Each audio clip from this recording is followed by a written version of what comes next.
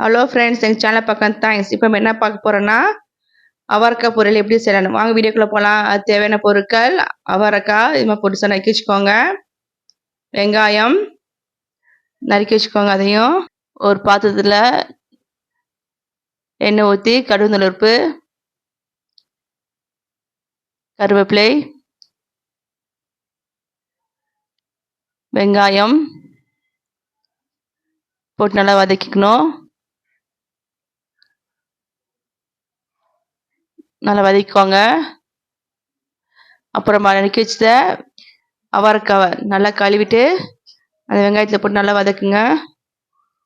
மஞ்சத்தூள், மிளகாய்த்தூள்,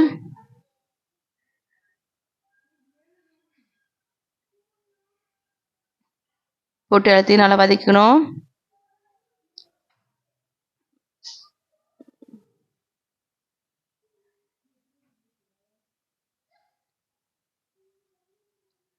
வதக்குனதுக்கப்புறம் வாட்டரை மிக்ஸ் பண்ணிக்கோங்க.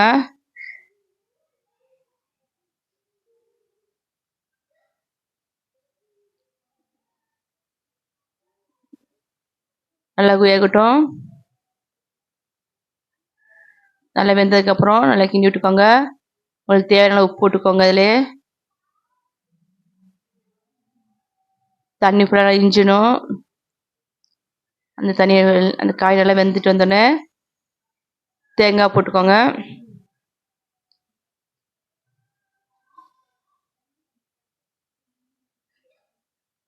தேங்காய் நல்லா எல்லாம் ஸ்ப்ரெட் ஆகட்டும்.